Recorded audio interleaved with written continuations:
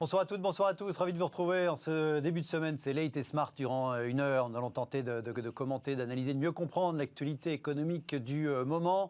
On démarrera cette émission. Ce sera à l'apéritif. On parlera liberté d'expression, censure de Twitter, etc. C'est un des gros sujets de ce week-end sur les réseaux sociaux. Et encore ce matin, avec une prise de parole, on évoquera de la chancelière Merkel. Et puis notre premier gros sujet du jour, les PGE, les prêts garantis par l'État. C'est reparti. On a l'impression qu'effectivement, à l'aube d'une hypothétique troisième vague du virus, on ne la souhaite pas évidemment, voilà, on a de nouveau une montée des recours aux prêts garantis par l'État avec des nouveaux records, des nouvelles facilités de remboursement qui ont été évoquées par le ministre et les fonds propres dans tout ça, parce que la dette c'est bien, mais la dette il faut le rembourser. La dette c'est pas fait pour a priori pour résoudre des problèmes de déficit. La dette c'est plutôt pour investir. Bref, où en sont les fonds propres dans les débats du moment. Ce sera notre premier sujet ce soir avec mes invités. Et puis dans la deuxième partie de l'émission, on évoquera, c'était un feuilleton en 2020, c'est parti pour être de nouveau un feuilleton, le même, différemment. En 2021, le feuilleton Suez-Veolia, un feuilleton qui se joue ces jours-ci par voie de page de pub dans les journaux, un camp, puis l'autre, puis un troisième d'ailleurs, qui intervient aussi en publicité payante dans les journaux. Ce débat, cette bataille, ce rapprochement est-il mal parti, est-il bien parti? Ce sera l'objet du second débat dans l'émission. Débat en compagnie de mes deux invités. Christian Saint-Etienne, bonsoir. Bonsoir. Vous êtes économiste, vous êtes professeur au CNAM, Conservatoire des Arts et Métiers. Christophe Carvélissen, bonsoir. Bonsoir. Vous êtes investisseur, président de CAPSA, une plateforme d'investissement d'investissement privé, c'est-à-dire dans le non-coté, c'est ça, hein? On peut dire ça. Merci à tous les deux d'être à mes côtés. Je le disais dans le sommaire, un petit apéritif. Vous ne pouvez pas passer à côté, ça a été le sujet sur les réseaux sociaux et pas que dans les conversations tout ce week-end depuis que Twitter a annoncé, c'était donc voilà, le 9 janvier au soir, Twitter, regardez la dépêche de l'AFP tout basiquement, Twitter suspend le compte de Donald Trump, cette fois-ci de façon permanente. Trump accuse Twitter de museler à l'inverse la liberté d'expression dans un message publié pour le coup sur le compte officiel de président des États-Unis, c'est-à-dire @POTUS, c'est-à-dire pas le @real Donald Trump, qui ce tweet, malgré le fait qu'il émane du compte officiel de la présidence des États-Unis, a été immédiatement supprimé par le réseau. Dans la foulée, ou presque, Google, regardez ce papier du Figaro, Google, Apple et Amazon bloquent le réseau conservateur Parler, Parler, je ne sais pas exactement, qui est un équivalent plus ou moins, beaucoup plus petit, mais qui effectivement était devenu ces derniers mois, je ne sais pas comment on pourrait dire, une sorte de refuge, en tout cas d'alternative pour probablement beaucoup de complotistes, au-delà de fait d'être conservateurs aux États-Unis. Les géants du web, nous dit le journal, ont coupé les ponts avec le réseau social, lui reprochant son manque de modération et de propos dérangeants. C'est-à-dire que Google et Apple, ils ont banni l'application et Amazon a banni le fait d'héberger les serveurs de cette nouvelle application. Alors, dans les réactions, on va commencer par quelques réactions françaises. Ce matin, sur France Inter, le ministre de l'économie, ce qui me choque, c'est que c'est Twitter qui ferme le compte de Trump. La régulation des géants du numérique ne peut pas et ne doit pas se faire par l'oligarchie numérique elle-même. Elle est nécessaire, mais elle doit se faire par les États et par la justice. Alors c'est un petit peu ambigu ce que dit le ministre, puisque globalement la loi Avia, qui a été retoquée par le Conseil constitutionnel, elle disait précisément, elle demandait précisément aux réseaux sociaux de faire leur justice eux-mêmes. C'était à peu près, c'est d'ailleurs pour ça qu'elle a été retoquée par le Conseil constitutionnel. Or, c'était une loi de l'actuelle majorité. Jean-Luc Mélenchon, d'un autre genre, il dit « je suis pas d'accord, évidemment, pour que les grandes entreprises comme... Enfin, je suis pas d'accord, pardon, je croyais qu'il disait « je suis pas d'accord avec Trump ». Je suis pas d'accord pour que des grandes entreprises comme Facebook ou Twitter décident de couper les comptes comme celui de M. Trump, quoi qu'on pense de lui. Je le disais donc en sommaire, la chancelière allemande, nous dit l'AFP aujourd'hui, tout à l'heure, à la mi-journée, Angela Merkel, qui juge, je cite, problématique, donc entre guillemets, la fermeture par plusieurs réseaux sociaux, dont Twitter, des comptes du président sortant américain Donald Trump. Et puis pour terminer, il y en a des dizaines évidemment, des centaines de réactions. Celle intéressante de l'opposant russe numéro 1, Alexei Navalny, qui a fait un long tweet, en plusieurs parties, un thread comme on dit dans l'univers Twitter. Of course, Twitter est une société privée, mais on a vu à de nombreuses reprises des exemples en Russie et en Chine de compagnies privées qui devenaient les meilleurs amis de l'État et qui du coup se posait là en matière de censure. Si vous remplacez Trump par Navalny dans tous les débats du moment sur faut-il ou non censurer les comptes, et bien effectivement vous aurez le Kremlin qui va être tout content et qui pourra dire regardez, les Américains même le font, dit-il un petit peu plus bas. Donc c'est common practice. Bref. Il y a tout, et puis il y a quand même beaucoup de gens qui disent c'est très bien, c'était des propos intolérables, il fallait enfin agir pour ce qui est des propos des uns et des autres, en l'occurrence du président des États-Unis. J'étais très long, demandé une réponse un peu plus courte que ma présentation qui était très longue, mais je voulais balayer un petit peu les diverses réactions possibles. Que vous inspire, Christian, ce débat sur liberté d'expression versus contrôle de la parole, in fine de la haine sur Internet? C'est un débat très important, qui est, dans le cas précis, un peu pollué par la situation aux États-Unis, puisqu'on se retrouve avec un président des États-Unis qui a implicitement, parce que la frontière entre implicite et explicite dans le cas précis est assez ténue, mais qui a implicitement poussé ses partisans à marcher sur le Capitole, et dans la mesure où il ne pouvait pas ignorer la constitution de ses partisans et la nature de ses partisans, il pouvait imaginer, voire il pouvait éventuellement le souhaiter, qu'ils entrent dans le Capitole. Qu'ils fassent ce qu'ils ont fait. Et qu'ils obligent à la pointe du canon les représentants élus, à la fois du Congrès et du Sénat, enfin de la Chambre des représentants et du Sénat, les obligent à changer le sens de l'élection présidentielle. Donc là, on a un président qui a mené une politique, ou en tout cas a eu des déclarations incitant à une sédition. Donc c'est un cas très particulier dans l'histoire des États-Unis. En plus, ici, on ne s'en rend pas compte, mais les États-Unis n'ont eu qu'une constitution. Nous sommes à la 5e République. Ils n'en ont eu qu'une. Et la constitution des États-Unis est considérée aux États-Unis comme un texte quasiment sacré. Les enfants des écoles apprennent le texte. Bon. Alors, il y a eu des amendements, il y en a eu 25 depuis. Oui, effectivement, c'est un texte qui vit un peu quand même. Oui, certes, mais il est considéré comme sacré. Et donc, c'est un choc aux États-Unis. Alors, c'est un double choc parce que nous avons beaucoup de divisions politiques en Europe, mais aux États-Unis, moi j'ai passé 6 ans aux États-Unis, la violence entre démocrates et républicains atteint aujourd'hui une intensité qu'on n'imagine pas. Donc, la seule chose qui tient ensemble le pays, ce sont les règles démocratiques liées à la Constitution. Donc, l'intervention de Twitter et de Facebook sur les propos du président, à partir du moment où il était à l'origine d'une sédition pouvant conduire à une sorte de coup d'État parlementaire, était justifiée. Ça, c'est un problème particulier. Ensuite, il y a le problème général. Je vais faire beaucoup plus court. Je suis favorable personnellement, au minimum, à une instance d'appel devant laquelle Trump aurait pu... Donc une instance d'appel auprès d'une entreprise privée? Non, une instance d'appel publique qui pourrait par exemple être un organe semi-parlementaire ou placé sous le contrôle du Parlement, à la fois aux États-Unis ou en France d'ailleurs, ou dans d'autres pays démocratiques, devant lequel on pourrait faire appel des décisions de ces institutions privées qui gèrent des services publics, de facto. De fait, ils sont des quasi-monopoles. Et je pense qu'il faudrait mettre en place des choses beaucoup plus graduées. Par exemple, on aurait pu dire à Trump, vous êtes interdit pendant 8 jours, ou pendant 15 jours, et si vous revenez, toute nouvelle incitation à une sédition sera violemment sanctionnée. Voilà, des choses comme ça. Et une interdiction définitive à Trump, qui a été élu, enfin qui a recueilli 70 millions de voix américains, ça pose un problème majeur sur le plan de la philosophie politique. Christophe, comment vous avez réagi à la fois cette information qui suivait celle de Facebook, cette interdiction, je ne l'ai pas rappelé, mais effectivement Christian l'a rappelé, et tout le débat là, depuis 72 heures autour de la légitimité ou pas de ce type de mesures de la part d'entreprises privées. En général, c'est ça qu'on leur reproche.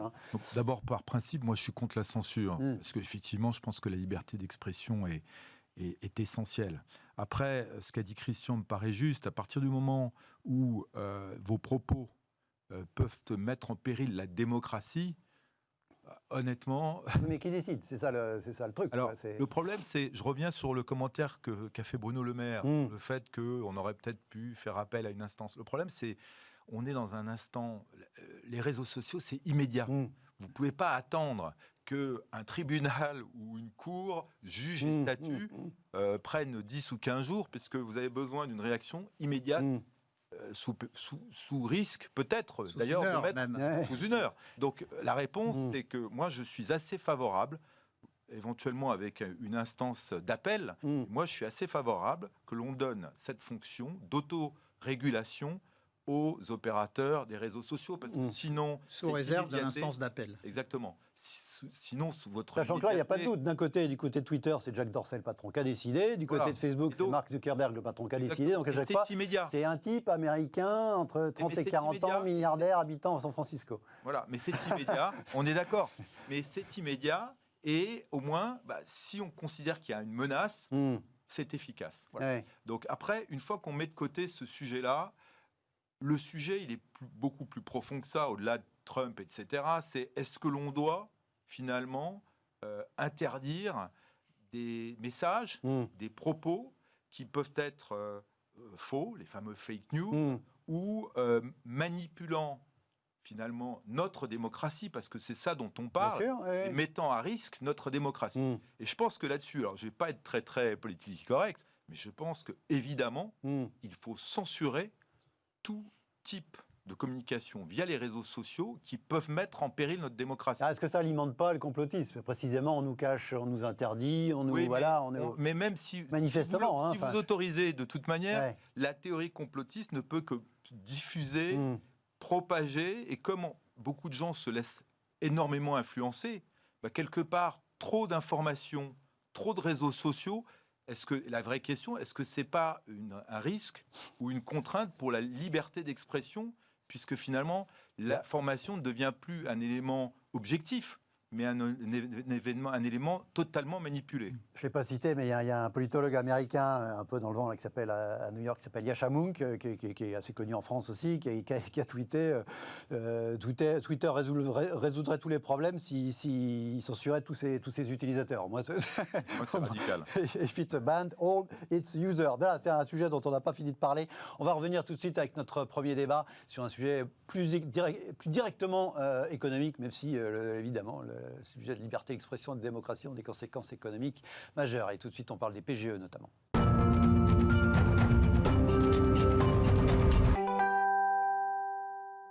Ce premier débat, il s'intitule PGE, c'est reparti, 3 petits points, et les fonds propres. PGE, c'est reparti. Regardez, un gros papier dans les Échos ce matin. Prêt garanti aux entreprises, les banques prêtent à de nouveaux efforts. Regardez cette courbe, on arrive à 130 milliards de... Vous ne voyez pas parce que c'est trop petit probablement sur l'écran, mais la courbe au milieu de l'article, c'est 130 milliards de prêts garantis par l'État depuis le mois de mars dernier. Semble-t-il que, octobre, novembre, décembre, 2 milliards en octobre, 3 milliards en novembre, 4 milliards en décembre, notamment de PGE importants octroyés aux Galeries Lafayette pour 300 millions et au groupe Lagardère pour 465 millions en toute fin d'année. Et manifestement, tout le monde qui anticipe de nouveau une hausse des demandes et donc des crédits accordés. Bruno Le Maire, je l'évoquais sur un autre sujet, mais il a balayé tous les sujets sur Inter ce matin. Regardez ce papier sur franceinfo.fr. Bruno Le Maire a demandé aux banques de différer le remboursement du prêt garanti par l'État d'un an. C'est-à-dire qu'il y avait une année blanche, il va demander une deuxième année blanche, sachant qu'un certain nombre de banques ont déjà annoncé qu'elles allaient donner cette deuxième année blanche, BNP Paribas, BPCE, Crédit Mutuel, etc. Est-ce une bonne... alors, plus de PGE, et à côté de ça, le sujet des fonds propres. D'abord, sur le sujet de la dette, c'est quand même pas censé compenser des pertes d'exploitation. En tout cas, pourquoi pas, mais c'est pas une bonne utilisation. Est-ce que y a-t-il un risque de trop de dette? On sait que les entreprises françaises sont déjà les plus endettées de l'OCDE. On parle beaucoup de dette publique, mais la dette privée en France, elle est également sous les projecteurs et parfois jugée inquiétante, autour de 2000 milliards là aussi. Christian Saint-Etienne, est-ce qu'il y a un risque, sans parler déjà sur la dette, d'alourdir ces entreprises qui ne vont pas forcément très bien? Alors il y a un petit bémol, c'est qu'on ne sait pas si cette dette elle est utilisée vraiment ou si elle est utilisée en matelas pour l'instant, mais est-ce qu'on prend un risque à relancer comme ça les PGE selon vous? Alors il y a 2 remarques préliminaires. La première, comme vous venez de le dire, on considère que 60% de ces fonds sont gardés en trésorerie pour l'instant.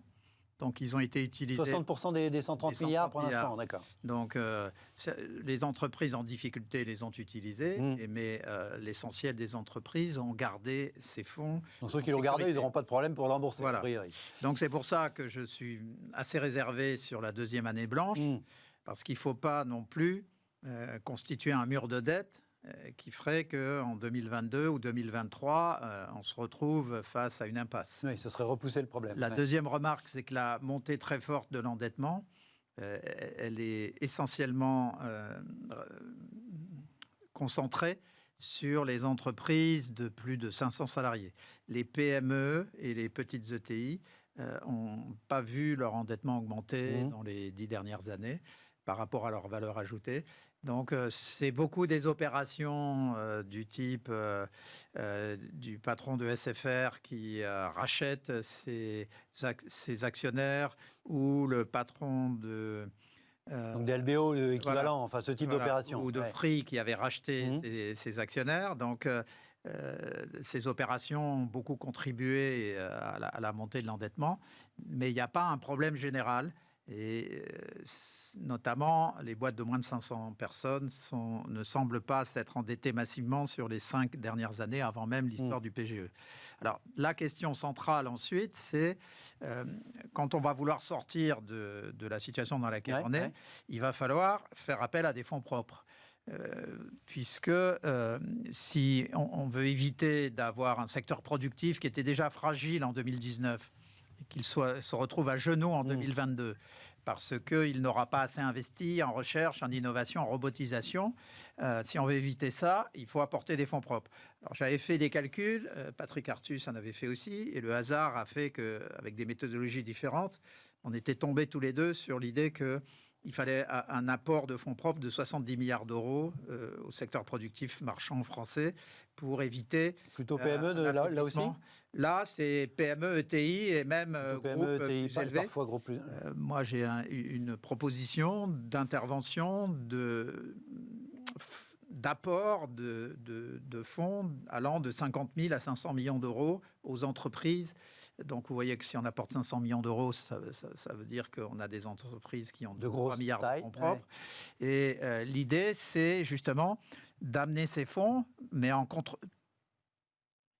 Il y aurait des conditions pour y accéder, que ces entreprises aient gagné de l'argent en 2018-2019, qu'elles aient des fonds propres positifs à la fin de 2020 et qu'elles aient un projet stratégique clair et crédible. Et sous ces réserves-là, donc...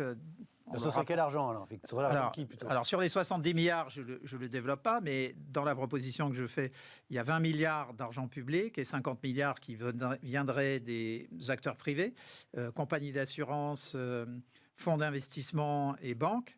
Sachant que le gros morceau, ça serait effectivement les compagnies d'assurance et les fonds d'investissement. Les fonds d'investissement, je parle sous le contrôle de Christophe, mais doivent avoir en bas de laine d'une quinzaine de milliards. Les compagnies d'assurance qui détenaient en France pratiquement 100 milliards de titres, n'en détiennent pratiquement plus à cause de Solvency II. Donc là aussi, ma proposition, c'est que l'État garantisse... Solvency II, c'est les contraintes réglementaires qui pèsent sur l'univers bancaire. Assurantiel. Oui, assurantiel, pardon. Oui. Et donc, l'idée, ça serait que l'État garantisse... Alors, je développe juste un tout petit peu ma proposition pour avoir les commentaires et les critiques de Christophe, qui est, comme tout le monde le sait, un acteur clé des fonds d'investissement. Donc, mon idée, ça serait la suivante. L'État qualifierait un certain nombre d'intervenants.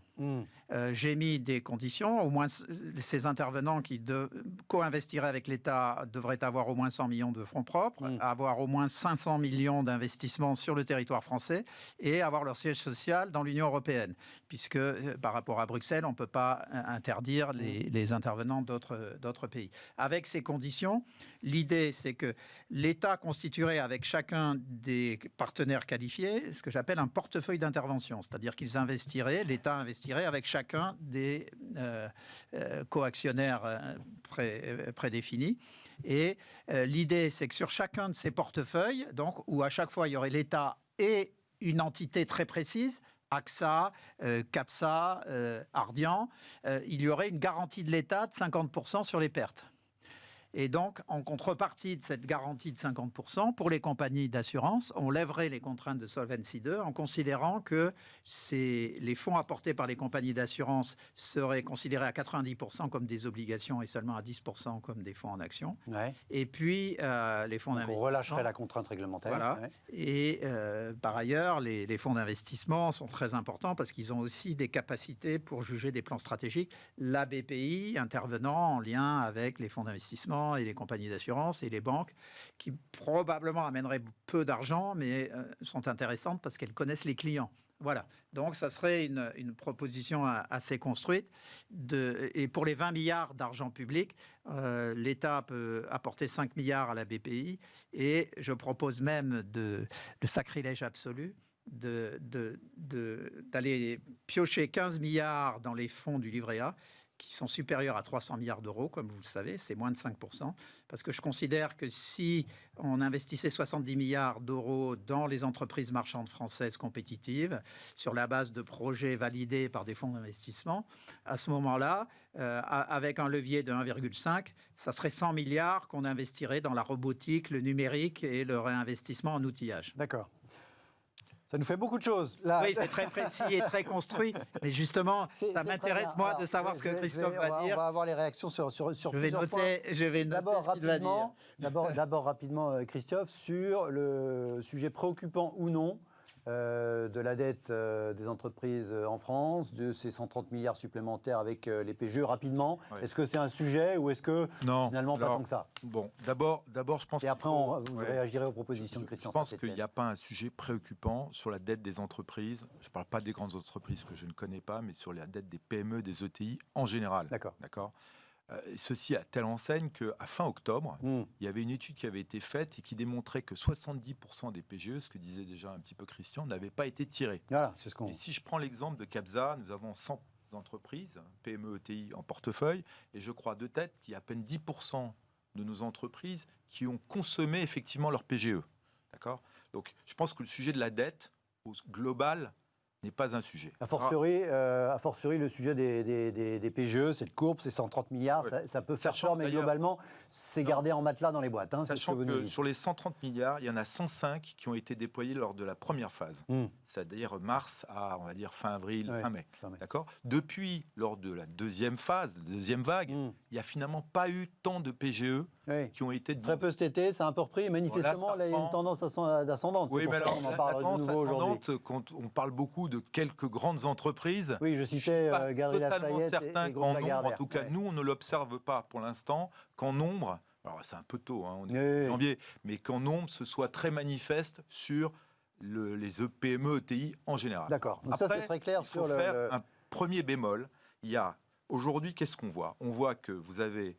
Malgré le deuxième, disons, reconfinement partiel, l'économie, pour partie, fonctionne. Il y a quand même 15 à 20% du PIB, je parle sous contrôle de Christian, qui est complètement à l'arrêt. C'est le tourisme, c'est les loisirs, c'est les restaurants et un peu les hôtels. Et l'événementiel. Là, on a un énorme problème, parce que ces entreprises sont à l'arrêt. Certaines d'entre elles...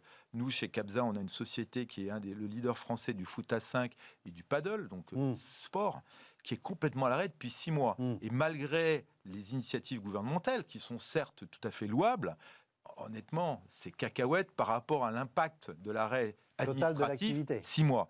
Donc ces gens-là, et il y en a un grand nombre, c'est 15 à 20% du PIB, ont un besoin très très pressant d'argent frais. Alors est-ce que c'est du PGE ? Donc, c'est là où... Il y a le fonds de solidarité aussi, hein, qui est en permanence abondé, mais ça représente en montant très très peu. Le problème, c'est que ces gens-là, eux, ont des besoins très conséquents, parce qu'on dit, ah oui, mais ils ont le chômage partiel. Oui, mais vous devez... Enfin, toutes ces sociétés-là, il y a les loyers, il y a l'électricité, il y a la dette sociale qui s'accumule, qu'il faudra payer à un moment, donc on ne s'en sort pas. Et là, le sujet, c'est pas les PGE. Il faut arrêter avec les PGE. Alors là, je vais être aussi un peu politiquement incorrect. D'abord, les PGE, c'était formidable, et bravo le gouvernement, entre mars et septembre. Il faut arrêter avec les PGE. Les PGE, ça, pour moi, aujourd'hui, ça ne répond plus aux besoins et aux défis de nos entreprises. Alors, je mets toujours de côté les entreprises... Pourquoi ? Parce que c'est du court terme ? Parce que c'est de la dette, que cette dette, elle est à moins qu'on décide... C'est pas fait pour ça, c'est ce que je dis à moins qu'on décide, certains en parlent, que toute cette dette, la dette liée au Covid, soit jamais remboursée. Mais si on doit la rembourser, on ne résout pas le problème. Premier élément. Deuxième élément, le PGE a un taux de 0,5%. Je suis désolé, ce n'est pas un des éléments les plus sains en théorie économique pour que les gens utilisent à bon escient cet argent. À telle enseigne, c'est qu'il y a plein de gens qui ont tiré des PGE, et tant mieux, hein, je veux dire, tant mieux, je comprends nos chefs d'entreprise qui se disent, je vais me faire un matelas, je vais le garder, donc ça rentre pas dans revient pas dans l'économie réelle, et puis on verra bien. Bon, et si en plus, on nous autorise à décaler cet argent à 0,5%, c'est de l'argent gratuit. Ben pourquoi est-ce qu'ils s'en priveraient? Donc le problème, c'est qu'on a cette masse d'argent qui est, à mon avis, mal allouée. Mal allouée. Bon. Donc, et de toute manière, ça ne sert à rien de continuer à tirer pour avoir de la dette, encore plus de dette. Le problème, et moi ce qui me choque aujourd'hui, c'est qu'il faut arrêter de parler des PGE. Il faut maintenant que les actionnaires, avec l'appui de l'État, les actionnaires existants, donc je dirais actionnaires de la société à l'instant où on nous parle, ou futurs, s'ils viennent apporter des fonds propres supplémentaires, interviennent. Ce qui est bizarre, c'est que moi, par exemple, nous avons des participations en Italie. Quand on a eu un PGE italien, alors ça ne s'appelle pas PGE, mais c'est pareil, mais on nous a demandé de remettre de l'argent. Nous, en tant qu'investisseurs, on nous a dit, OK, c'est quoi votre business plan? Donc, très important d'avoir un vrai travail, ce qui n'a pas été fait sur le PGE. Hein. On a filé un peu le PGE à tout le monde à partir du moment où la société était soi-disant pas en perte. Soi-disant. Encore, c'est une grande question, on peut en débattre. Mais en Italie, on nous a demandé de mettre de l'argent. Maintenant, c'est le rôle des actionnaires, des investisseurs, de prendre le relais des PGE et de pouvoir structurer un bilan qui permette sereinement à ces entreprises de rebondir et de se développer. À telle enseigne, comme vous le savez, AXA nous a confié un fonds de soutien, nous a confié 500 millions d'euros fin juillet pour accompagner les entreprises, PME, ETI, lors du rebond. Alors, c'est loin des 70 milliards que préconise Christian, mais voilà. Alors deux sujets, vous dites solliciter les actionnaires, donc les actionnaires actuels des entreprises. Le dispositif de Christian, c'est plutôt des nouveaux investisseurs, ou alors les mêmes. Mais les deux. Globalement, ce que vous nous dites, c'est qu'il faut les deux. Est-ce que dans l'édito des Échos, là aujourd'hui, la confrère elle écrit un penchant bien français, les patrons français préfèrent solliciter leurs banquiers plutôt que leurs actionnaires. Il y a des explications culturelles, historiques, le poids des banques françaises dans le financement de l'économie, etc. C'est un peu vrai ça? Alors, non. Et après, il faudra réagir à la proposition de Christian. Et je vais répondre parce qu'on est en train d'y travailler. Alors, c'est insuffisant par rapport à ce que Christian veut faire, mais on est en train d'y travailler. Si chacun fait 500 millions, ça fait 50 milliards. On arrive aux 50 milliards. Mais déjà, donc, juste pour répondre à votre question, oui, les entreprises familiales ont du mal encore à faire entrer des investisseurs à leur côté, que ce soit d'autres familles, que ce soit des investisseurs fonds d'investissement, et préfèrent des outils non dilutifs. Voilà, pour garder le contrôle, on va résumer les choses. Alors, justement, à propos de ça, à l'initiative de Bercy, il y a un fonds de place qui est en train de se mettre en place, qui devrait voir le jour dans les 2-3 mois à venir, qui est un fonds de place donc, de 20 milliards d'euros. On attend, là, il y a encore des discussions entre la Commission européenne et Bercy. Donc un fonds de place, c'est le regroupement d'investisseurs, d'acteurs comme vous. Un fonds de place dont le montant sera de 20 milliards, on n'est pas encore aux 70 milliards, mais c'est quand même une bonne première étape, qui sera financé par les banques, par les assureurs et par les fonds d'investissement. Alors plus exactement, c'est les assureurs qui vont le financer, mais ça va être distribué par les fonds d'investissement et par les banques. D'accord. Ces fonds seront à destination des PME, des TPE, PME, ETI. Il y a deux, personnellement, donc je trouve que c'est une très bonne initiative et ça va parfaitement dans le sens de ce que évoqué. Le problème, c'est que je trouve que le pricing que nous demande Bercy et que nous impose Bercy est trop faible, puisqu'on va parler d'outils, alors ce sera des outils obligataires, ce ne sera pas des outils en capital. Moi, j'aurais préféré avoir un mix des deux, mais bon. Et même pas des OCA, des obligations convertibles en actions? Alors, ce sera des prêts participatifs du côté bancaire et ce sera des OPSA côté, tout ça est encore affiné. C'est entre la dette et les fonds propres, mais ce n'est pas des purs fonds propres. Non, c'est pas. Oui, c'est des quasi fonds propres sous forme obligataire ou prêt participatif. Alors, ce que je regrette, c'est le pricing, que je trouve trop bas, parce que là, on n'est pas... Pricing, c'est-à-dire le taux qui sera... Le taux qui sera de rémunération. D'accord, mais s'il y a un taux, c'est bien que c'est une dette. Hein. Enfin, parce que quasi-fonds propres, c'est quand même de la dette. Enfin, je veux dire, un jour, il faut le rembourser. C'est du très long terme. Elle n'est pas amortissable, elle est in fine. Et c'est ce qu'on appelle les quasi-fonds propres. Mais vous avez raison, ce ne sont pas des actions. Mais pourquoi ? Parce que il y a un blocage quand même. Considère que si on veut véritablement faire ça très rapidement, parce qu'on est en train de déployer, l'idée c'est de déployer ces 20 milliards en un an. Et donc pour pouvoir faire ça et pour que les choses se fassent très vite, vous ne pouvez pas commencer à rentrer à la discussion qui peuvent durer des mois avec des entrepreneurs et des familles, parce que vous n'allez pas les déployer. Donc l'urgence, et du fait de cette réserve naturelle des dirigeants français ou des familles françaises, fait que ça ne peut pas être du capital pur et dur. Maintenant, donc, il y a un sujet sur le pricing. Le pricing dont on parle, il est autour de 6-8%, qui est pour moi, pour du quasi-fonds propre, trop bas, parce que le risque que vous prenez là est quand même pas le même que celui que vous prenez quand vous faites de la dette bancaire. Alors justement, dans la proposition de Christian, il y a la garantie de l'État sur 50% de la paume éventuelle. Alors ce sera le cas à hauteur ça peut justifier un taux d'intérêt qui ne soit pas à la hauteur de vos espoirs, vous, investisseurs. Bien sûr. S'il y a une garantie de l'État partielle. C'est pour ça que je pense que le produit fonctionne, même si je pense quand même que le pricing, parce qu'on est plutôt autour de 6 que de 8, et malgré le taux, la garantie de l'État à hauteur de 30%, me paraît un peu faible, mais bon, soit, voilà, un premier élément. Mais surtout, ce qui me dérange, c'est que je pense que l'outil est formidable, mais déployer 20 milliards d'euros en faisant correctement son travail et en faisant en sorte de soutenir des entreprises pérennes, avec une vraie stratégie d'investissement, ça va être compliqué. Parce qu'on nous dit, en même temps, soyez très rapide, très efficace et diffusez le plus possible dans un laps de temps très très court et tout en faisant votre travail de manière professionnelle et de vous à moi. C'est-à-dire en regardant bien là où on met son argent. C'est un vrai gageur parce qu'il y a quand même quelque chose, moi, qui me gêne. C'est vrai dans le PGE, mais c'est aussi vrai si on ne fait pas ce travail de sélectivité. C'est que moi, je suis pour la théorie schumpeterienne. C'est que les mauvais doivent mourir et les bons doivent survivre et se renforcer. Oui. Après, il n'y a pas que des mauvais. Ceux qu'on a fermés, votre exemple de salle de foot à 5, ça, là... c'est autre chose. Non, mais eux, ils sont bons. Mais ce que je veux dire, quand je dis mauvais, c'est que on soutient les zombies. Voilà. Des zombies. Et les zombies, il ne faut pas continuer à les soutenir. Parce que sinon, quelque part, on se met, nous, en faiblesse par rapport à d'autres acteurs européens. C'est pour ça que je n'étais pas très favorable à la deuxième année blanche, parce que on va proroger la vie des zombies. Exactement. On met le truc sous le tapis. C'est les deux bémols par rapport à cette initiative de place, sur lequel France Invest, dont je suis le vice-président, travaille activement avec Bercy et avec les banques, est une bonne chose, mais avec ces deux bémols près. D'accord. Alors... On vous a répondu, mais indirectement, en fait, avec la contre-proposition de Bercy en cours de discussion via France Invest. C'est pas la mienne, puisque c'est des quasi-fonds propres, alors que moi, c'est 70. Absolument. Donc, effectivement, on a quand même une implication de l'État en direct. C'est pas uniquement avec la garantie. Voilà. C'est-à-dire que est-ce qu'il faut que l'État mette la main à la poche, selon vous? Alors, moi, j'y crois pas. Alors, je suis pas d'accord. 20 milliards sur 50, là, nous disait. Moi, je pense quand même. Je suis pas du tout d'accord. Je pense qu'on a des professionnels, que ce soit les banques et surtout les fonds d'investissement, qui font très bien ce métier.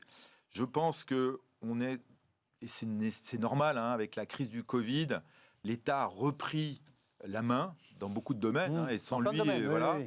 Donc on est quand même donc on est quand même dans un monde qui devient un peu administré, on va dire. Ouais. Et moi, je pense qu'il faut pas aller trop loin dans l'administration. Donc faire intervenir directement l'État. Ouais, à l'occurrence, par l'intermédiaire de la BPI, quand même. C'est pas l'État. Alors ce serait par l'intermédiaire de la BPI. Alors ça, c'est autre chose. Parce que les fonds d'État seraient confiés à la BPI et les commissions qui. La BPI, elle investit déjà beaucoup d'argent depuis quelques années. Oui, mais il y a beaucoup de dossiers sur lesquels, dès qu'on dépasse certains montants, elle ne peut pas suivre. Et l'idée, c'est. Il y a trois acteurs clés. Et quand vous dites qu'il faut qu'il y ait de l'argent public, c'est pour justifier la garantie partielle ou c'est dans le principe, vous pensez que c'est une bonne chose que l'État, même indirectement via la banque publique d'investissement... de Christophe, mais en réel, en net, chaque année, les compagnies d'assurance qui ont les ailes coupées et les fonds d'investissement, en net, ils apportent 10 milliards d'euros à l'économie, entre 10 et 15. Ce que vous dites, c'est qu'il faut beaucoup plus. Donc là, il faut un effort beaucoup plus colossal sur 2 ans pour provoquer, sachant qu'on avait déjà un retard, pour provoquer un rattrapage d'investissement, parce que la France a pris du retard dans les 10 dernières années dans la nouvelle révolution industrielle, de la robotique, de l'informatique. Même, vous savez que nous avons pour les grosses PME le ratio le plus faible d'entreprises ayant des capacités de vente sur Internet. Alors ça s'est beaucoup accéléré en 2020, mais on est quand même encore en retard. Il y a aussi d'autres actions que j'ai à l'esprit, par exemple OVH. Il y a des choix stratégiques. L'hébergement Internet, il y a des choix stratégiques qui ont été faits quand on a voulu confier la gestion des dossiers d'assurance maladie à un grand acteur. On a refusé OVH parce qu'il était trop petit. On a pris Microsoft, de mémoire, non? Oui, on a pris Microsoft. Donc, je pense que là, on aurait pu dire, mais je fais confiance à des entrepreneurs privés. OVH a montré qu'il était capable de se développer de manière stupéfiante dans une vision schumpeterienne depuis 15 ans. J'aurais carrément mis 500 millions sur la table ou 1 milliard à cette boîte pour qu'elle augmente encore son rythme de développement. Parce que si on ferme l'accès à OVH sur des dossiers comme la gestion des comptes d'assurance maladie de la sécurité sociale, jamais ça deviendra un grand acteur. Alors que les Américains, dans ce type de situation, ils font confiance aux petits pour les aider à grossir. Donc, dans mon esprit, ces 70 milliards, ils sont mis en œuvre. Alors, pourquoi les banques ? Je suis d'accord avec Christophe, elles n'ont pas la philosophie d'investir en fonds propres de manière significative, mais elles connaissent les entreprises. Donc, elles seraient apporteurs de dossiers parce que, effectivement, comme vous l'avez dit, il va falloir aller très vite. Les compagnies d'assurance peuvent mettre facilement 20 ou 30 milliards. Elles ont 3 000 milliards en stock dans leur bilan. Elles peuvent mettre 1%, c'est-à-dire une trentaine de milliards. Mais elles ne le feront que si on leur garantit que ça ne tombe pas sous la coupe de Solvency II. Et puis, les fonds d'investissement, pourquoi ? Parce que ce sont les seuls qui ont les capacités d'analyse et des plans stratégiques pour savoir s'ils tiennent la route. Et en mettant c'est leur job. Et l'idée de ma proposition qui était très particulière, c'est quand je dis l'État, c'est la BPI, co-investit chaque fois avec un investisseur sur un portefeuille. Donc c'est très clean, on sait exactement ce qui se fait. Et la garantie de l'État... C'est pas dilué, vous voulez dire. Voilà. Et en cas de perte, il y a une garantie de l'État qui fait que les investisseurs ou les compagnies d'assurance monteront en termes d'investissement beaucoup plus loin. Et le dernier point, c'est que vous voyez qu'ici, vous avez des professionnels qui sont en contrôle de l'opération. Donc c'est ça qui me semble très important. C'est pas le ministère en direct. Il faut faire attention, je suis d'accord. À partir du moment où c'est la BPI qui sont des gens très professionnels, ça peut fonctionner. Il faut juste faire attention à ce que la BPI ne devienne pas un concurrent des fonds d'investissement. Et là, il faut vraiment que ce soit travaillé de manière très... Christian nous dit main dans la main, là, de ce que je comprends. C'est pour ça que je dis un portefeuille par acteur. Exactement, mais c'est un point important. Une dernière question sur les volumes évoqués, Christophe, parce que malheureusement, je vais parler d'un ou deux autres sujets. Vous dites déjà 20 milliards, c'est très ambitieux. 20 milliards à déployer. Dans le plan que vous évoquiez tout à l'heure. C'est pas le montant qui est ambitieux, c'est le couple temps, montant. Déployé sur une année. Voilà, montant et professionnalisme dans la sélectivité. Christian dit, pour aller beaucoup au-delà, 50, 70 milliards, là, on ne peut pas faire autrement que mettre un peu de l'argent public directement via la BPI, parce que le secteur privé, les investisseurs, même les compagnies d'assurance, etc., n'arriveraient pas tout seuls à dégager, en tout cas, dans ce laps de temps. 50, 70 milliards. Dans ce laps de temps qui est quand même... Christophe, je suis absolument désolé, mais à ce moment-là, il y a un moment, il faut taper sur la table. En un an, c'est quasi impossible. Je pense qu'il faut 2 ans pour mener un programme de 70 milliards. S'il faut 2 ans pour 70 milliards, c'est 20 milliards en un an, c'est cohérent. Non, mais c'est l'étape 1. Je pense qu'il faudrait 2 ans pour les 20 milliards. On pourrait d'ailleurs mener une action conjointe en reprenant ces deux propositions, 70 milliards en fonds propres et 20 milliards en quasi-fonds propres, 90 milliards sur 2 ans, sur un PIB de 2500 milliards. Ça fait entre 3 et 4 points de PIB sur 2 ans. C'est tout à fait manageable. des fonds d'investissement professionnels en France, il y en a quand même une trentaine. Beaucoup plus. Oui, mais capable de gérer des opérations. Une grosse trentaine. Un conséquent. 50 millions, 500 millions. Voilà, donc une trentaine d'opérateurs, 3-4 compagnies d'assurance, 7-8 banques. Vous êtes assez vite à une cinquantaine d'opérateurs pour gérer et mener ces opérations sur 90 milliards. La BPI intervenant pour le compte de l'État. Mais les décisions stratégiques, c'est pour ça que cette idée de portefeuille me semble importante. L'idée, c'est que dans chaque portefeuille, l'opérateur privé investisse au moins le tiers des fonds. Et de manière préférable, moitié-moitié. Donc, c'est uniquement quand il faudrait mettre beaucoup d'argent qu'on irait chercher, par exemple, les compagnies d'assurance. Mais, par exemple, je prends une opération, vous avez une belle ETI qui a des beaux projets, qui a plutôt bien traversé la crise, qui pourrait racheter des boîtes en difficulté pour accélérer son développement dans le cadre de la vision de destruction créatrice, qui pourrait d'ailleurs racheter des boîtes italiennes et espagnoles pour créer des grosses ETI européennes.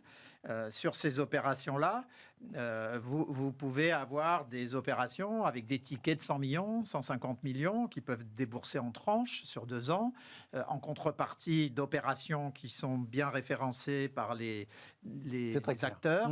Et à ce moment-là, on voit à mesure de la façon dont on délivre les opérations, ça enclenche les opérations qui suivent.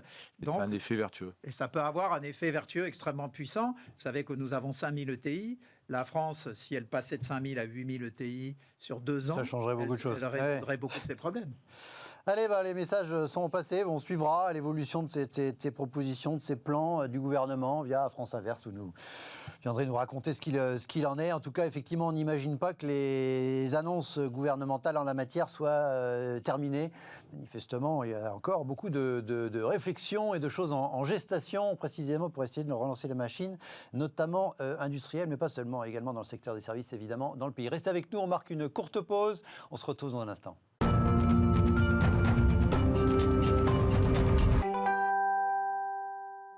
Retour dans Late et Smart. Merci de rester avec nous pour la petite deuxième moitié de l'émission. On va parler de ce feuilleton 2020 qui est bien parti pour devenir également un feuilleton 2021. Je veux parler du feuilleton Veolia-Suez. Je voudrais lancer le sujet. J'ai écrit pour le débat, là, ça a l'air mal parti. Pourquoi ? Regardez, il suffit de lire les journaux depuis le mois de décembre. Et même pas les articles, les publicités. Regardez, ça a commencé au mois de décembre, une grosse campagne de Suez. Il y avait plusieurs visuels. J'en ai retenu un petit peu moqueur. L'eau et l'air sont indispensables à la vie sur Terre. Donc on est dans le credo environnementaliste du groupe Suez. Une fusion, beaucoup moins. Sous-entendu, oulala, c'est pas très important cette fusion. Rappelons, vous n'avez pas besoin, je rappelle que Suez s'oppose à sa prise de contrôle par Veolia. Réaction de Veolia, c'était quasiment à la même époque, c'était en décembre aussi. Certains lient leur destin à une fondation à Amsterdam. Voilà, Veolia qui fait écho à la mise sous tutelle d'une fondation néerlandaise de la partie eau France du groupe Suez. Nous lions le nôtre à l'accord de Paris, sous-entendu les vrais écolos. C'est nous, l'accord de Paris, évidemment, de réduction, l'accord de Paris sur le climat. Ça, c'était donc en décembre dernier. Et puis, là, depuis quelques jours, fin décembre et début janvier, double page de Veolia dans la presse à nouveau. Regardez, l'urgence écologique n'attend pas, avec une longue lettre de M. Frérot, le président directeur général de Veolia, qui dit « Nous créons en France le champion mondial de la transformation écologique ». Et donc, lui, il insiste sur la taille. La taille permet de faire la différence entre un prestataire et un partenaire humain. La taille permet de peser sur les débats sur la réglementation. La taille permet enfin de défendre un savoir-faire né en France. Et voilà que les syndicats de Suez s'en mêlent, également par voie de publicité dans la presse. Là encore, je ne sais plus si c'était dimanche ou je crois que c'était hier, dans les journaux du dimanche, avec un joli Pinocchio, Monsieur Frérot, donc ce sont l'intersyndicale du groupe Suez qui parle. La course à la taille n'intéresse que vous. Les salariés de Suez refusent votre projet de démantèlement et de casse sociale. L'OPA de Veolia sur Suez, on n'en vaut pas. Donc signé intersyndicale. C'est mal parti cette affaire quand même, messieurs. Christophe, une OPA qui quand même... Alors, il y a déjà eu des batailles boursières en France, c'est pas la première. Il n'y en a pas tous les jours, mais on s'en souvient, voilà, notamment, par exemple, ArcelorMittal avait été un grand feuilleton. Finalement, l'acquéreur l'avait emporté, en l'occurrence le groupe indien Arcelor. Là, on a donc un groupe qui veut acheter son concurrent, on a compris. Ça se passe très mal entre les deux états-majors et les syndicats s'en mêlent à coup de, alors j'allais dire de placards dans les rues, mais c'est de placards dans la presse. Comment sortir de cette vilaine affaire selon vous, Christophe? Et après, je ferai réagir Christian, évidemment. En tout cas, ce qui est sûr, c'est que en tout cas, ça donne pas une très bonne image du grand capital. On est des groupes du CAC 40. D'abord, ça donne pas une très bonne image de la France au niveau capacité des Français à créer des champions, des petits champions, parce que les deux réunis, je crois que c'est 45 milliards d'euros. 40 en net. Voilà. Pour un c'est marché, quelques pourcents du marché mondial. C'est cacahuète. Ouais. Donc même créer un petit champion national, voire européen, on n'est pas capable de se mettre d'accord. Donc ça fait très les irréductibles gaulois qui se mettent dessus. Alors certes, il y a des sujets. C'est la bagarre au sein du village. C'est la bagarre au sein du village. Alors vous imaginez pour devenir un champion mondial, ce qui reste à faire. Donc certes, il y a des choses à régler. Il y a le sujet social, il y a le sujet des engagements que doivent prendre, mais Christian va en parler après, Veolia s'il rachète Suez en termes de transition écologique. Mais en tout cas, le débat, c'est qu'il faut arrêter, il faut aller de l'avant. Il est nécessaire d'avoir des champions européens pour faire face à un marché qui reste, à ma connaissance, encore un marché ouvert et un marché mondial. Déjà, on a la Commission européenne qui, en règle générale, nous met des bâtons dans les roues. Rappelez-vous le deal avec Alstom, c'était Siemens. Alstom, Siemens, absolument, dans l'industrie. Heureusement, ils ont racheté Bombardier. Mais si on veut être efficace, compétitif face aux Américains et face aux Asiatiques, il est évident que donc, selon vous, c'est le course à la taille, doit se faire tout en respectant un certain nombre de clauses de protection, à la fois pour protéger les salariés et à la fois pour qu'on ait un véritable projet ambitieux de transition écologique. Je passe la parole à Christian. Il s'agit de deux entreprises privées dans lesquelles l'État a beaucoup parlé au début, en tout cas, maintenant on l'entend moins. Comment on en est arrivé là, Christian? Alors d'abord, effectivement, je confirme ce que disait Christophe. Vous avez deux acteurs qui sortiraient de cette opération si la proposition de Veolia réussissait. Le nouveau Veolia, appelons-le le nouveau Veolia, aurait un chiffre d'affaires de 40 milliards et il y aurait un nouvel acteur qui s'appellerait Eau de Suez, Meridiam, qui aurait au démarrage un chiffre d'affaires de l'ordre de 5 milliards d'euros. Donc l'activité de distribution d'eau en France qui sortirait de ce groupe. Voilà, exactement. Pour des raisons de concurrence qu'on évoquait tout à l'heure à Bruxelles. Alors il faut rappeler que le marché mondial de l'eau, des déchets, de l'énergie, c'est 1500 milliards d'euros. Donc 40 milliards, ça fait moins de 3%. Donc effectivement, on a en réalité Veolia. Ce serait quand même le plus gros acteur mondial parce que c'est un marché très éclaté. Pour l'instant, c'est un marché éclaté, si ce n'est que les Chinois sont en train de regrouper leurs forces, comme ils l'ont fait dans l'automobile, comme ils l'ont fait dans la construction navale. Et très bientôt, on aura des acteurs chinois qui interviendront dans l'ensemble du bassin Asie-Pacifique, qui feront une centaine de milliards d'euros ou de dollars de chiffre d'affaires. Donc, le point fondamental, c'est que donc on a deux nains qu'on présente comme deux géants, mais on a deux nains qui sont Veolia et Suez, et il s'agirait de faire apparaître un acteur plus puissant, tout en ayant un acteur national qui pourrait, dans l'eau de Suez, appuyer sur Meridiam, qui est un fonds d'investissement structurel spécialisé dans les infrastructures. Les infrastructures, qui, je crois, sauf erreur, existe depuis 15 ans et n'est jamais sorti des premières lignes qu'il avait rachetées. Donc c'est vraiment un fonds de très long terme. De long terme, Et on continuerait d'avoir deux acteurs. Alors quel serait l'intérêt de ce qu'on peut appeler le nouveau Veolia? Qu'est-ce qui bloque surtout? Qu'est-ce qui fait qu'on en arrive là? D'abord, ce qui fait qu'on en arrive là, c'est que on a un comportement du groupe Suez qui est très particulier, puisque dans le même temps où le groupe Suez s'oppose à la prise de contrôle, ils ont raison dans un premier temps de se défendre, mais dans la mesure où ils se défendent de la prise de contrôle par Veolia en disant que c'est un prédateur, et dans le même temps, ils vendent des morceaux de Suez, comme le morceau qu'ils ont vendu en Allemagne. Parce qu'ils avaient eux-mêmes un plan de désinvestissement. Et donc le plan de désinvestissement actuel de Suez va plus loin que les désinvestissements qu'opérerait Veolia s'il prenait le contrôle de Suez. Mais ce n'est pas ça qui m'intéresse. Moi, ce qui m'intéresse, c'est ce que vous disiez tout à l'heure, ce que disait Christophe, c'est faire apparaître un grand acteur mondial dans ce domaine. Or, ce qui aurait été l'attitude intelligente de Bercy, et je suis stupéfait qu'ils n'aient pas été capables d'aborder le sujet de cette manière-là, ça aurait été de poser des conditions pour la création de nouveaux Veolia sur la question du traitement de l'eau, des déchets et sur le développement de l'énergie, notamment sur les déchets. Il y a des nouvelles filières qui apparaissent, comme les batteries. Qui va retraiter les batteries ? Donc, on aurait pu dire, OK, à nouveau Veolia... Si vous développez une filière dans cette...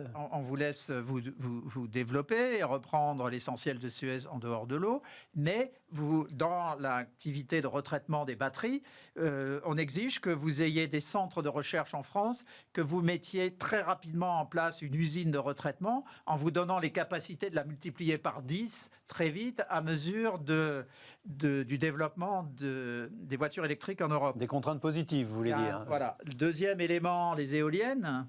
Les éoliennes vont poser un problème de retraitement absolument colossal. Aujourd'hui, très peu de gens savent qu'on les enterre. Donc, il faudrait être capable de les retraiter parce que sinon, on prépare un désastre écologique sous prétexte de croissance verte. Donc là aussi, on pourrait dire à nouveau Veolia, dotez-vous d'une filière de traitement des éoliennes. Dernier point, mais on pourrait en prendre d'autres. On a beaucoup parlé dans les 10 dernières années des perturbateurs endocriniens. Aujourd'hui, on a les capacités scientifiques pour opérer les traitements. Il faudrait là aussi dire à cet acteur, investissez dans ce domaine.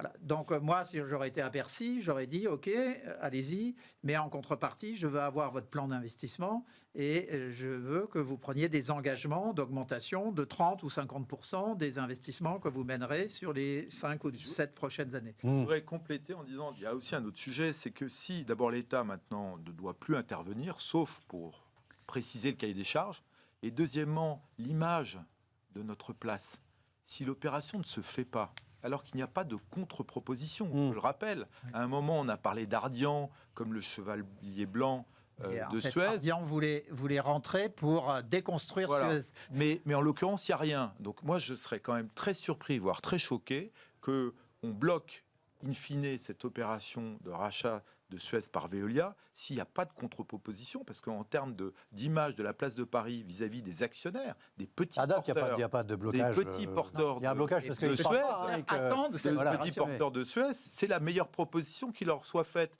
Et on est encore quand même dans un système d'économie de marché. Très rapidement, en 3 secondes, quand on en est comme ça avec des dirigeants et des groupes qui se parlent pas, il ne se passera rien, il faut une assemblée générale. C'est la seule... oui, rappelons que Suez a 30% de... Les tribunaux qu'elle n'ait pas déjà eu lieu. Oui. C'est très surprenant. Bon, donc si elle doit avoir lieu selon les règles normales, elle aura lieu en avril-mai, c'est ça? Il y a un autre aspect d'évolution nécessaire de la loi, puisque il y a à peu près 300 comités d'entreprise au sein du groupe Suez. Et lorsqu'on veut faire une opération de ce type, il faut avoir un avis des comités d'entreprise. Suez joue de ces 300 comités. En plus, dans la loi, il n'y a pas de limite dans le temps. Donc, je pense qu'à l'avenir, il faudrait dire que quand il y a une OPA valide sur un groupe, les comités d'entreprise du groupe ont 90 jours pour se prononcer et pas se retrouver dans cette situation qui relève d'une république bananière. Ce n'est pas sain pour le projet ni pour les deux entreprises. Voilà. Mais et puis c'est pas ça, et ça met pas de toute façon, même si ça se fait, ce qui est quand même le plus probable, c'est globalement ça va pas se faire dans les meilleures conditions. Ce sera une fusion qui sera compliquée à mettre en branle une fois qu'elle sera réalisée. Dans d'autres, l'État, sur le plan stratégique, s'est montré assez nul. Allez, deux sujets pour terminer l'émission. Deux sujets pour terminer l'émission. Messieurs, je voudrais vous faire réagir à deux actualités. Là, tenez, c'est pareil, fin de semaine, début à propos de l'industrie automobile. On parlait d'industrie tout à l'heure. On a appris que Apple aurait choisi Hyundai, le constructeur automobile sud-coréen, pour fabriquer sa voiture électrique en 2024. Et donc, ce papier de 01net nous dit qu'effectivement, la fameuse Apple Car pourrait donc sortir d'une usine Hyundai qui aurait un prototype qui serait dévoilé en 2022. On avait depuis quelques jours, c'était une dépêche Reuters qui nous avait dit que Apple avait relancé finalement de façon très concrète son projet de voiture. Et puis aujourd'hui, on a appris que Baidu, donc le Google chinois, cette dépêche d'un confrère de l'AFP, s'associe à Geely. Geely, c'est un constructeur automobile chinois, donc maison mère de Volvo en Europe, en Suède, pour produire des voitures électriques sans chauffeur, donc des voitures autonomes. Apple d'un côté, Baidu de l'autre. On savait qu'Uber avait pas mal avancé aussi sur les est-ce que les géants de la tech sont en train de devenir des géants de l'automobile, l'industrie classique, historique, ancienne par définition, rapidement, selon vous, Christian? Bon, ils arrivent par la Il y avait technologie. Tesla qui a balayé tout le monde, enfin, qui a balayé, entre guillemets. Par la technologie, donc c'est très significatif. Ceci étant, même en crise en 2020, au niveau mondial, on a produit 77 millions de véhicules. On se flatte que Tesla est presque atteint 500 000. Ils doivent être juste un chouïa en dessous. Donc la question, c'est évidemment le développement de cette activité. Il faudrait donc signaler aussi que les constructeurs français s'en sortent très bien, puisque Renault, Carlos Ghosn avait fait le pari de l'électrique il y a 7-8 ans, et Renault est en pointe sur ce sujet, que PSA s'est réajusté à la vitesse grand V et prend des positions très fortes avec sa 208 électrique et puis ses autres modèles. Donc, l'électrique, ça a été 10% du marché français en 2020. Voilà. Donc, pour l'instant, on a un problème d'image lié aux anciens constructeurs, parce que c'était assez cool de se balader en Tesla. Ceci étant, les prix des véhicules français, ou demain, vraisemblablement, Fiat, après la fusion, sont 30 à 40% inférieurs à ceux de Tesla. Donc la question, c'est le mix produit-prix dans les 5 prochaines années. Alors, ça, c'est un sujet. Donc, vous n'enterrez pas les constructeurs automobiles classiques, non, quoi. Un, j'enterre pas les constructeurs classiques. 2, sur la voiture autonome, elle devait déjà rouler massivement en 2020, selon les prévisions qui étaient faites en 2017. Là, on recule continuellement. Donc, les grands acteurs de la technologie entrent rapidement sur ce secteur, mais il va y avoir un problème de oligopolisation au niveau mondial qu'il va falloir traiter, parce que si demain tous nos achats sont faits sur Amazon, qu'on roule dans une voiture Amazon, qu'on achète de l'énergie Amazon, l'État français n'existe plus. Et la Commission européenne déroule juste le tapis quand ses présidents d'entreprise viennent. On a commencé en début d'émission en disant que Facebook et Google pouvaient se permettre d'interdire à un président des États-Unis de parler sur la toile. Qu'est-ce qui se passera quand ils contrôleront toute l'économie mondiale? Donc vous voyez qu'à partir de ce sujet, on tire des ficelles qui conduisent à une réflexion sur l'économie des 10 prochaines années, jusqu'à quel point on peut tolérer l'essor d'oligopoles qui se financent en plus sans payer des impôts dans les États où ils interviennent. Donc vous voyez qu'on touche à des questions de fiscalité, à des questions de concurrence, à des questions de structure de l'économie de demain. Il est assez intéressant, par là, et c'est assez stupéfiant parce qu'on n'attendait pas du tout ça de la part des Chinois. C'est pour des raisons politiques assez monstrueuses, mais la façon dont ils reprennent le contrôle d'Alibaba est très intéressante sur le plan stratégique, parce que la raison qui était donnée par les Américains dans les 2 dernières années pour pas reprendre le contrôle des GAFAM, c'était que c'était leurs armes de combat face au BATHX chinois. Mais à partir du moment où les Chinois eux-mêmes contraignent leurs propres géants, ça va permettre peut-être de relancer aux États-Unis les tentatives de contrôle de ces oligopoles. Mais là, ce qui est intéressant, Christophe, c'est que Baidu, qui n'est pas du tout présent en Occident, directement en tant que Google chinois, est déjà présent en Occident, en Europe, y compris en France, via Volvo, via Geely. Enfin, s'associe en tout cas au constructeur qui, lui, a déjà un pied sur le marché européen.